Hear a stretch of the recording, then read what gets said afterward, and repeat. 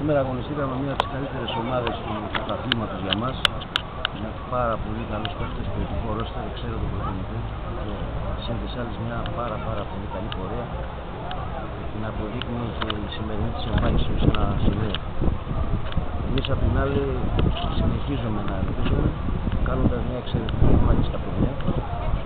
Και γι' αυτό παίρνει και μεγάλη σημασία αυτή η ισοπαλία στο τέλος. Θα έλεγα ότι με την εμφάνιση του παιδιού στο δεύτερο ημίχρονο τους αδικεί κατάφορα. Προσπαθήσαμε να ανατρέψουμε και να κερδίσουμε και το ψυχολογικό κομμάτι που δεν το καταφέραμε. Εγώ θέλω να ευχηθώ στον Αστέρα Μαγούλας καλή συνέχεια στην Β' Εθνική, γιατί είμαι σίγουρος ότι αυτή η ομάδα με την ποιότητα που διαθέτει θα είναι εκεί του χρόνου, και στα δικά μου τα παιδιά να συνεχίσουν με τον ίδιο ρυθμό, με την ίδια πίστη, όπως και σήμερα, όπως και στα τελευταία αυτά παιχνίδια που έχουμε αγωνιστεί. Καλή συνέχεια σε όλους.